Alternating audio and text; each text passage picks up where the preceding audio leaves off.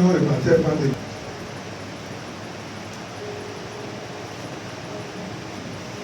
Normalement, je devais lire 13 à 18, mais je vais lire jusqu'à 13 à 18. C'est intéressant. Genèse 18, non, Genèse 39, verset 1.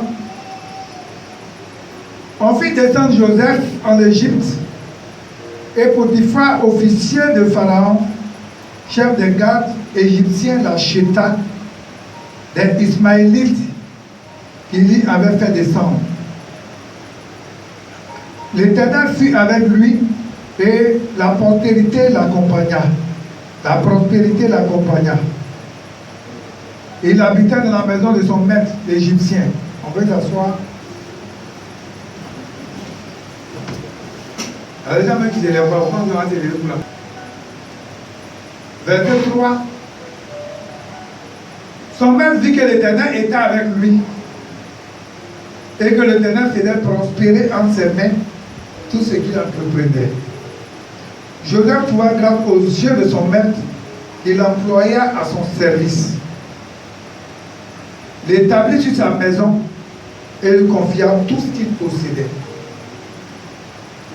Dès que Potiphar lui établit sur sa maison et sur tout ce qu'il possédait, l'Éternel bénit la maison de l'Égyptien à cause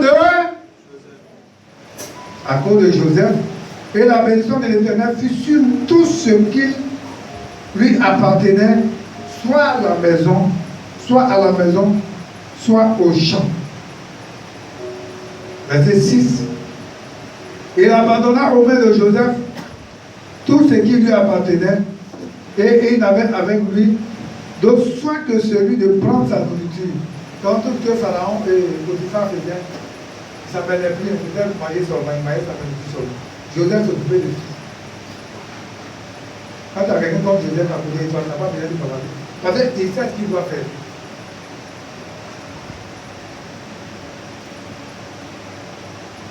Or, Joseph était beau de taille et beau de figure. Après ces choses, il arriva que la femme de son maître porta les yeux sur Joseph et dit: couche avec moi. Il refusa et dit à la femme de son maître: voici, mon maître ne prend avec moi connaissance de rien dans la maison. Et il a remis entre mes mains tout ce qui lui appartient.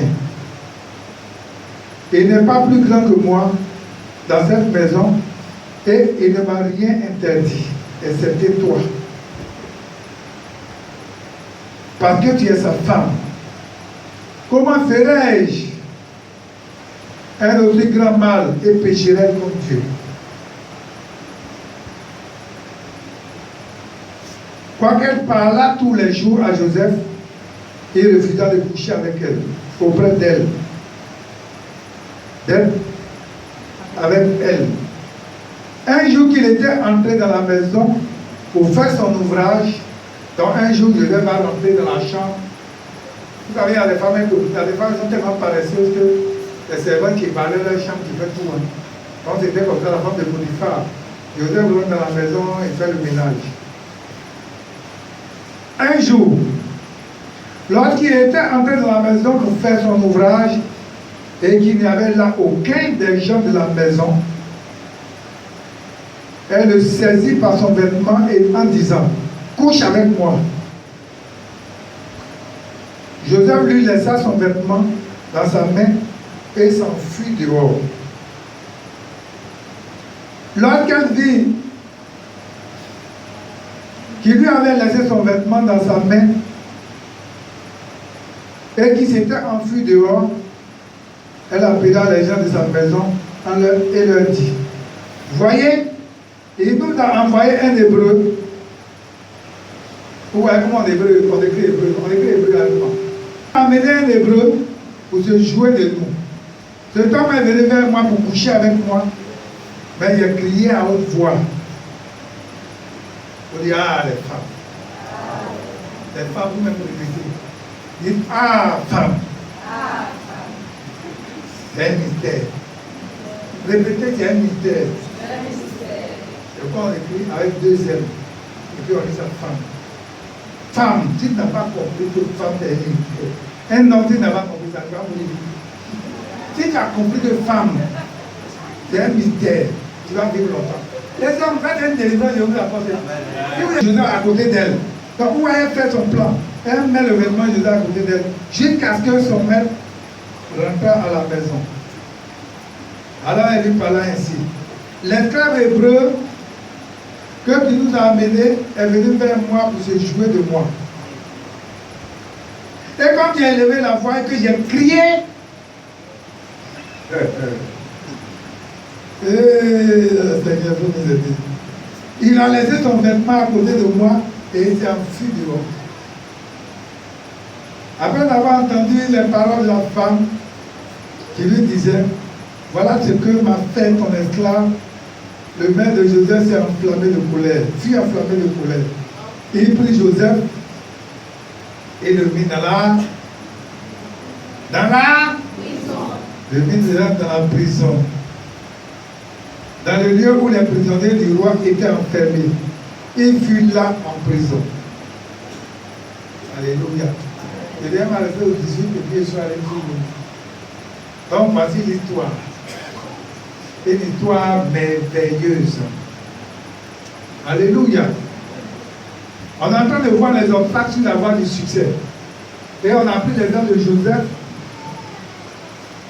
qui, à cause de la haine de ses frères, a été vendu. Et Joseph s'est retrouvé avec une caravane d'Ismaélites en Égypte.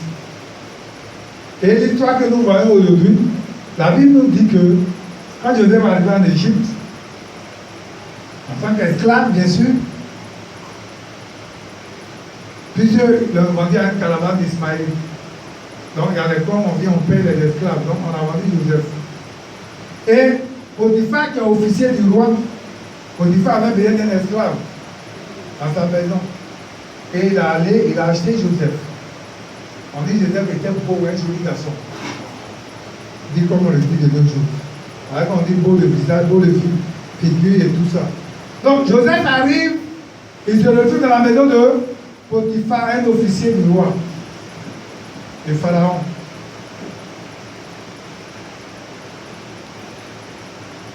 Et la Bible nous dit que quand on arrive dans la maison de Potiphar, la Bible nous dit que quand Joseph est arrivé là, tout réussissait. Amen. Amen. C'est-à-dire que la faveur d'en haut était sur Joseph. Donc Joseph, quand la faveur de Dieu est sur quelqu'un là, quel que soit le lieu où tu te trouves, la faveur se manifeste. Donc Joseph se retrouve avec la faveur de Dieu sur sa vie et dans la maison de Potiphar. Donc quand Joseph met le pied dans la maison de Potiphar, Potiphar se rend compte que tout commence à réussir dans sa maison. Il dit, mais tiens, il a commencé à avoir un changement dans la maison. Et il se rend compte que c'est depuis que le jeune homme est arrivé que les choses ont commencé à bouger. Donc il établit Joseph sur sa maison. En réalité, quand vous voyez, Joseph allait dans la maison de Potiphar pour attendre les ressources humaines. Parce que c'est là-bas que Joseph a appris à ce qu'on appelle la gestion. Comment gérer une maison. Sinon, Joseph était avec ses parents.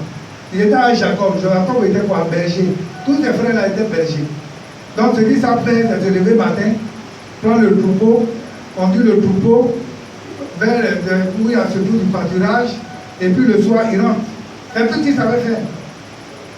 Mais il fallait que Joseph fasse d'autres formations. Ce n'est pas comme de nos jours où on a la possibilité de chauffer. Vous savez qu'en Égypte, avant, c'était un pays qui était puissant.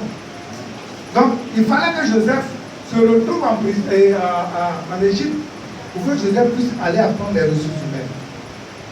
Et c'est pas la Bible de tout chose qu'on peut au bien de ceux qui aiment Dieu, qui sont appelés selon son dessein. Donc, Joseph arrive en Égypte.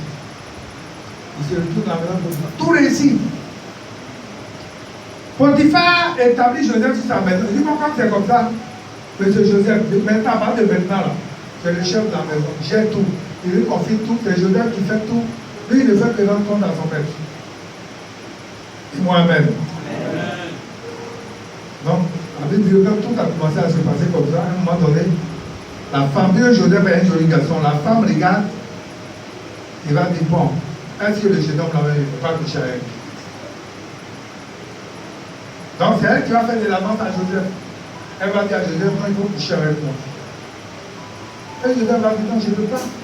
Parce que je suis arrivé dans cette maison, c'est vrai que mon maître m'a donné toute la maison, c'est moi qui gère toute la maison. Maintenant, c'est sa femme. Si je fais ça, c'est un péché, je ne peux pas. Donc on dit, afin d'insister, et que Joseph refusait chaque fois. Donc elle a attendu un jour. Vous savez, les femmes ont tous leurs plans diaboliques. Ça, quand une femme veut détruire quelqu'un, c'est rapide. Quand une femme veut aider quelqu'un, c'est rapide. Dis-moi même. C'est vrai? Une femme peut te détruire, une femme peut te construire. Donc c'est comme ça qu'elle va mettre son plan diabolique en marche. C'est comme on est en train de voir la calomnie. Hein. La calomnie, c'est quoi? La calomnie est traduite par plusieurs expressions. Quand on cherche, vous voyez la calomnie là. Plusieurs expressions qui impliquent quoi? Fausse accusation. Quand on dit calomnie, ça veut dire fausse accusation. La calomnie, c'est un compte rendu mal intentionné. Quand vous lisez donc 14, verset 36, on dit ceux qui sont allés en mission là. Quand ils sont venus, ils ont fait un compte rendu qui a fait pleurer tout le peuple. On dit, hey, on est mort. Oh, on va aller tomber chez des géants. Ça, c'est la calomnie. C'est-à-dire, un compte rendu qui est mal intentionné. On tord le sens. Donc, 14, verset 36. Et donc, comme Moïse a envoyé, on dit, ils ont fait pleurer toute l'assemblée. La calomnie, parfois, c'est le mauvais usage de la langue. On lisait le psaume 101, verset 5. La calomnie, c'est le mauvais usage de la langue. Donc, les fausses accusations, les comptes rendus mal intentionnés. Le psaume 101, je vais lire verset 5, vous allez voir. Celui qui calomnie en secret son prochain, il l'anéantirait. Celui qui a des regards hautains et un cœur enflé, je ne le supporterai pas. Ça, c'est le Seigneur qui parle. Vous voyez, le Seigneur met de l'avertissement par rapport à la calomnie. Donc, c'est le mauvais état de la langue. Quand vous regardez dans le Nouveau Testament, la calomnie, on appelle l'accusation. C'est quoi on appelle diabolos. Vous voyez le diable là, c'est quoi on appelle accusateur. Le diable, son nom, on l'appelle accusateur. Donc, si quelqu'un qui te met dans la calomnie, il devient agent du diable sans le savoir. Dis-moi Amen. 1 Timothée 3, verset 11. Dis quoi?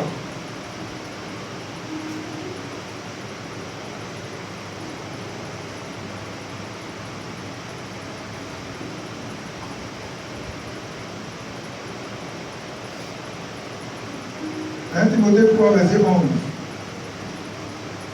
Paul dit, les femmes, vous voyez, on ne pas tous les femmes. Les femmes, de même, doivent être honnêtes, non médisantes, sobres, fidèles en toutes choses. Oui, c'est ce que Paul dit pas des femmes.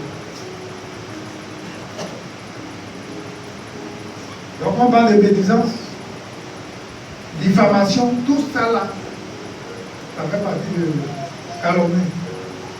Marc 7, verset 22 dit que la calomnie jaillit du cœur de l'homme naturel. Donc quand on dit l'homme naturel, c'est quelqu'un qui n'est même pas comme l'homme naturel. Et le prix de la prière de Dieu. Donc la calomnie prime l'homme de la prière de Dieu. Le psaume 15, verset 3. Donc la calomnie va bannir de la communauté. 2 Corinthiens 12, verset 20. Donc vous voyez la calomnie, donc cette femme-là, voilà ce qu'elle va faire. Donc afin de suivre Joseph, on dit il faut coucher avec moi, il faut coucher avec Joseph, dit pas. Un jour Joseph te dit le ménage est long. Elle dit aujourd'hui là, la personne, il faut coucher avec moi. Joseph dit pas. Donc Joseph a levé son habit, quand elle a attrapé l'habit de Joseph, Joseph a laissé l'habit dans sa main. Donc l'habit est resté dans sa main. Donc vous voyez la femme, elle se sent déshonorée. Hein? Puis elle dit qu'elle veut, elle n'a pas eu. C'est pas l'autre qui chante dans ça, elle fait son plan. Donc, comme le plan ne réussit pas, elle descend déshonorée, elle dit, mais tiens, c'est le frère là qui me fait ça. Lui, là, je veux sa peau. Donc, qu'est-ce qu'elle fait? Elle prend la bille là, elle met à côté là. Elle met la bille à côté, et puis elle s'assoit là, et puis elle pleure. Eh, Seigneur, il faut nous aider. Et puis elle pleure. Vous savez, quand le mariage a une façon de pleurer, elle pleure. Donc, tous ceux qui vont dire, hé, il y a quoi? Et puis maman pleure, maman Potiphar. Il y a quoi? Et puis les gens, elle dit, ah, appelez mon mari, maman n'a qu'à venir. C'est pas comme vous dire, à téléphone. Donc, on envoie quelqu'un rapidement pour aller appeler Potiphar. Potiphar arrive, elle est assise, elle pleure. Il y a quoi? Et puis ma femme pleure. Elle voit Abi là. Abi qui est là. Elle dit, le cas je te le connais, c'est Abi là. Il dit, mais c'est ton esclave hébreu que tu as envoyé là. Comme je suis resté seul dans la maison. Eh, pas même quand elle est malade, si tu regardes bien, tu sais qu'elle est malade. C'est vrai. Allez, quand vous regardez cette histoire-là, il y a ça que le monsieur a hésité. Il dit, affaire là. Là, c'est vrai. Mais on est à force d'insister. Le monsieur va faire quoi? Il est obligé de céder. Il a pris le monsieur, il a pris le monsieur, il a bien. Le monsieur s'est retrouvé en prison. Donc, vous voyez, c'est ça la calomnie. La calomnie, c'est une fausse accusation. Quand on veut le détruire, là, voilà un élément qu'on veut dire. La calomnie. On fait courir des faux bruits. Voilà. Des fausses accusations. C'est ça la calomnie. Donc, bien aimé, la Bible dit qu'on doit bannir ça de nos communautés. 2 Corinthiens, je vais lire.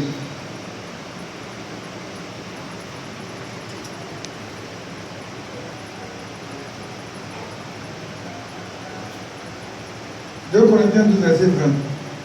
Car je crains de ne pas vous trouver à mon arrivée tel que je voudrais, et d'être moi-même trouvé par vous tel que vous ne voudrez pas.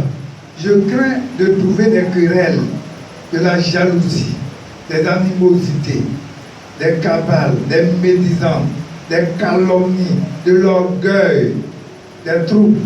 Ouais. Et il dit ces genre de choses-là ne doivent pas être trouvées dans une communauté. Parce qu'en fait, ça détruit la communauté. Alléluia. Par la fausse accusation, de quoi on va dire, dans le but de lui, parce que ça va tirer la tête de quoi? Dans le but de lui, Joseph.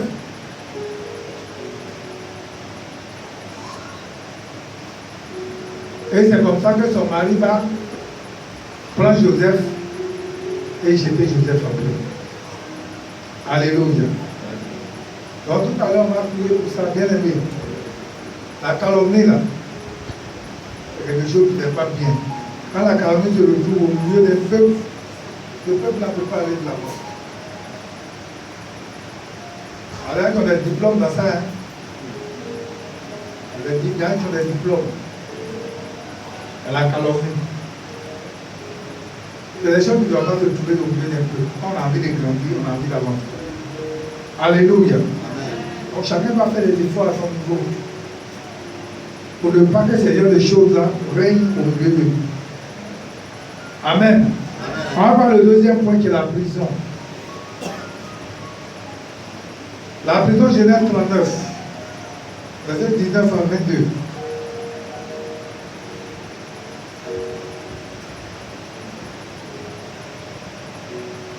Parole de sa femme qui lui disait, voilà ce que m'a fait ton esclave, le maître de Joseph, fut enflammé de colère. Et prit Joseph et le mit dans la prison, dans le lieu où les prisonniers du roi étaient enfermés, et il fut là en prison. L'Éternel fut avec Joseph, et il étendit sur lui sa bonté, et le mit en faveur aux yeux du chef de la prison. Et le chef de la prison plaça sous sa surveillance tous les prisonniers qui étaient dans la prison, et rien ne s'y faisait que par lui. Alléluia. Donc vous voyez, on dit que la femme, après ces événements-là, Potiphar a pris Joseph, il l'a jeté en prison. Elle dit qu'il est bien Joseph, ne se retrouve pas dans n'importe quelle prison. Joseph se retrouve dans la prison où on met les collaborateurs du roi. C'est-à-dire quand un des collaborateurs du roi a fauté, il y a une prison spéciale où on les met. Donc c'est là-bas que Joseph se trouve. Alléluia. Mais si vous pouvez prendre dans cette histoire, on dit que Joseph se retrouve en prison là. Il arrive en prison, mais qui est avec lui dans la prison? Dieu ne l'abandonne pas, il est avec lui dans la prison. Et non seulement il est avec lui dans la prison, mais il arrive là, on l'établit chef sur des prisonniers. Vous voyez quand la faveur de Dieu est sur quelqu'un là, c'est pourquoi je vous dis toujours demandez la grâce.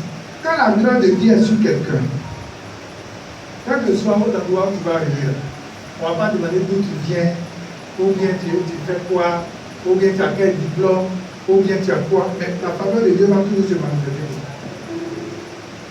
Alléluia. C'est quoi la prison? La prison, ce n'est pas un thème que les gens peuvent développer sur la prison. Sinon, la prison va avoir deux niveaux, la prison physique et la prison spirituelle. La prison physique, c'est quoi? C'est un lieu de détention. Tout va dans la Macao. On a changé le nom à Césarée. À Césarée, dans Acte 22, 23, verset 35, c'était dans le palais de Hérode. Paul était en prison. À Rome, Paul est autorisé à demeurer chez lui. C'est-à-dire qu'il est en permanence chez lui, mais il est enchaîné à un soldat. Donc il est enchaîné et il est avec un soldat. Acte 28, verset 16, verset 30. Donc ça c'est la prison physique. Donc la prison là, ça peut être dans un lieu comme la Maca. Mais ça peut être dans les zones privées surveillées. Et puis on dit qu'il ne sort pas, tu es là. Vous voyez le geôlier. On dit Paul était en prison, il était enchaîné avec des prisonniers. On les avait enchaînés, il était enchaîné. Et il y avait des prisonniers, des gardes qui les surveillaient. On dit 4 soldats qui les surveillaient. Il y avait un portail qui était fermé. Ah, c'est la prison. Alléluia. Ça, c'est la prison physique. Ou bien on peut dire, bon, il a déjà surveillé. Tu es dans une prison, tu es dans ta maison, mais tu es en prison. Tu ne veux pas sortir de ta maison pour aller quelque part. Ça, c'est une prison. Pierre était en prison. Alléluia. On dit Pierre était en prison. Quand Hérode a fait tuer Jacques, il a vu que c'était arrivé. Il a mis Pierre en prison, il a tué Pierre. Quand on disait Acte 12, Pierre était en prison. Ça, c'est la prison physique. Là, c'est quoi la prison spirituelle? La prison spirituelle, c'est une sorte de limite qui t'empêche d'avancer, d'entrer dans des grandes bénédictions. Donc, la prison physique et spirituelle, tu n'es pas dans une prison physique où on voit que tu es dans l'échelle, non. Mais spirituellement, là, tu es en prison. Là, ils font des songes. Ils veulent avancer, mais c'est comme s'il y a quelque chose qui les retient par le pied ou bien par le bras. C'est une prison.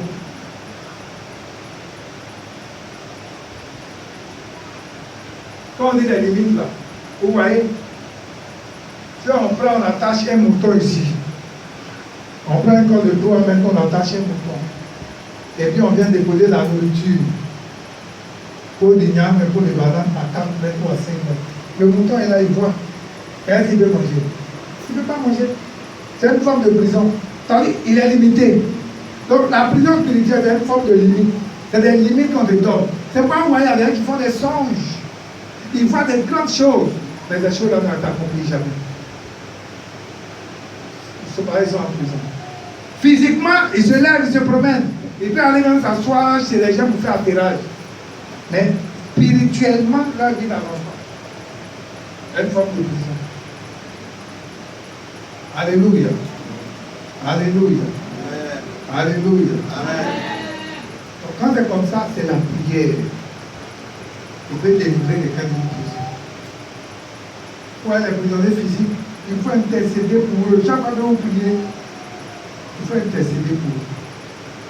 Hein? Prison, on ne peut pas souhaiter ça pour quelqu'un. Même à son pire ennemi.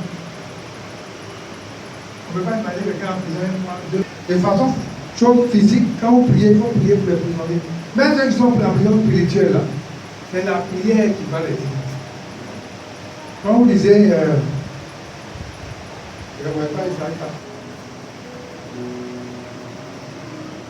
Verset 1. Ainsi parle l'Éternel à son oint à Cyrus. Il tient dans la main pour terrasser les nations devant lui, pour relâcher la ceinture des rois, pour ouvrir les portes, pour lui ouvrir les portes, afin qu'elles ne soient plus fermées. Je marcherai devant toi, j'apprendrai les chemins montueux, je romprai les portes des reins. C'est ça. Avec quelqu'un qui est en prison, il dit je romprai les portes des reins et je briserai les verrous de fer. Donc les portes des reins, c'est ça. Quelqu'un en prison, quand on vient, on brise les portes qui sont. Si il y a une chaîne, on vient, on brise les chaînes, tu es libéré. C'est de ça qu'il est question. Je te donnerai des trésors cachés, des richesses enfouies, afin que tu saches que je suis l'Éternel. Donc vous voyez, si quelqu'un est en prison, que ce soit physique ou spirituel, voilà la solution que j'ai décrite dans Isaïe. C'est le Seigneur. Il n'y a pas quelqu'un d'autre qui a la solution. Est-ce que quelqu'un me suit? Voilà. Donc si quelqu'un te dit, je connais un marabout quelque part, on va t'envoyer là-bas, quand on va aller là-bas, le marabout là, va te laver, après ça là, tu vas pouvoir voyager, tu vas pouvoir faire ceci, tu vas pouvoir faire ceci, tu vas te tromper. Celui qui a la solution à tout là, il s'appelle Jésus. Celui qui peut te délivrer de la prison, il s'appelle Jésus. Même si tu vis une calomnie ou bien quoi, celui qui peut te délivrer. Vous voyez Joseph, on a calomnié Joseph s'est retrouvé en prison. Mais celui qui a été Joseph, on dit Joseph, le Seigneur était avec Joseph dans la maison de Potiphar. Mais même quand la femme a calomnié Joseph, que Joseph s'est retrouvé en prison, mais le Seigneur n'a pas dit comme tu as en prison, il t'abandonne. On dit qu'il était avec Joseph dans la prison. Vous voyez comment le Seigneur travaille? C'est lui seul. Bien aimé, si tu as compris ça, et que tu t'accroches au Seigneur, tu ne regardes qu'à lui seul. Tu vas voir ta situation t'améliorer. Si tu veux rester là, vous voyez, Dieu nous a donné les deux yeux. À les deux yeux là. Mais si Dieu te dit par exemple, on te dit par exemple, prends un heure pour regarder en haut là-bas, et puis l'autre elle va regarder en bas. Est-ce que c'est possible? Quelqu'un peut regarder en haut, quelqu'un peut compter sur le Seigneur et puis compter sur un parent en même temps. C'est ce que ça veut dire. Si les dieux là, elle ne peut pas regarder en haut pendant que l'autre regarde en bas, c'est pour dire que les deux yeux là doivent fixer sur le Seigneur. Si les yeux sont fixés sur le Seigneur et que tu as la faveur de ce Dieu là, Proverbe 16, verset 7, c'est ça non? Je vais lire. Quand je presse les versets viennent, c'est quand ils vont faire méditation. Ceux qui n'aiment pas méditer. Je dis, exhortation à maman Thérèse, c'est pas aussi. On n'a pas dit. Verset 7. On dit quand l'Éternel approuve les voies d'un homme, il dispose favorablement à son égard, même ses ennemis. Donc, vous voyez donc, si tu as un ennemi là, pour que Dieu puisse utiliser l'ennemi là pour te bénir, il faut autant ta relation avec le Seigneur soit agréable. C'est ce que ça veut dire. On dit quand le Seigneur approuve les voies d'un homme. Quand on dit un homme là, ça ne veut pas dire homme, garçon, H, grand H. Quand le Seigneur approuve les voies d'un homme, il va disposer à son égard favorablement, même ses ennemis. Donc vous comprenez, Joseph là, quand le Seigneur a approuvé les voies de Joseph, et se retrouve en prison, le Seigneur ne peut pas l'abandonner, il avait lui dans la prison, il veille sur lui dans la prison, il l'établit dans la prison, il le bénit dans la prison, il l'élève dans la prison. Est-ce que ça veut dire? Bien aimé, je veux que tu comprennes ça. Alors vous voyez, il y a plein de gens qui font des songes. Si je vais demander là, il y a plein de gens qui font des songes comme ça. Non, je fais des songes, je vois les bénédictions, mais au moins je ne veux pas les puis je me réveille. Non, je fais des songes, on m'a donné l'argent, au moins je veux prendre l'argent et puis je me réveille. C'est pas bon. Donc il faut pouvoir prier à ce que quand il fait les songes, il réussit à prendre ce compte de toi. Voilà. Il y en a qui font des songes dans le sens du mariage. Au moment où on veut leur proposer une alliance qu'on veut leur donner, et puis elles se réveillent. Donc il faut prier jusqu'à ce que le Seigneur te fasse la grâce de posséder ça. C'est ça, c'est important. Amen. Que le Seigneur bénisse. Je vais m'arrêter là, on a bien.